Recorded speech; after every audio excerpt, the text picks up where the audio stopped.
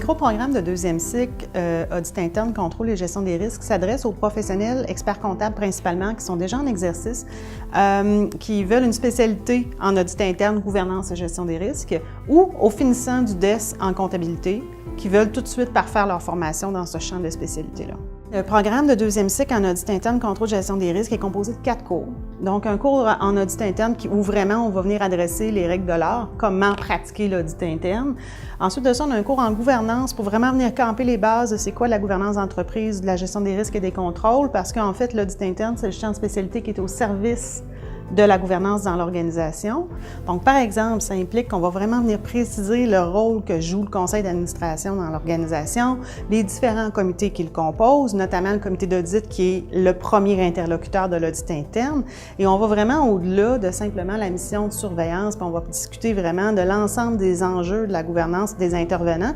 Puis on va même faire des mises en situation puis des jeux de rôle dans lesquels les étudiants vont être appelés à interagir en tant qu'auditeurs internes avec un conseil d'administration, avec un comité d'audit pour voir comment ces gens-là vont réagir aux différents enjeux. Le troisième cours, c'est un cours de prévention, détection de la fraude qui est en fait la jury comptabilité. Puis, pourquoi on intègre ça au micro-programme d'audit interne? C'est parce que les auditeurs internes, souvent, vont être les premiers à interpeller quand on pense que peut-être il y a un cas de fraude ou de malversation ou de corruption dans une organisation parce qu'ils sont là. Et finalement, le dernier mais non le moindre, une formation en éthique.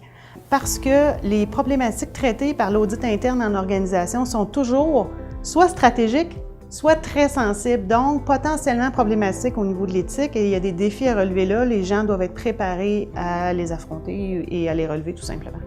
D'autre part, le programme est offert en mode hybride et à temps partiel. Donc, c'est vraiment, il a été conçu de cette façon-là pour être le plus flexible possible, pour s'adresser vraiment aux professionnels déjà en exercice, pour leur donner toute la latitude possible pour arrimer ça avec leur vie professionnelle et familiale par ailleurs.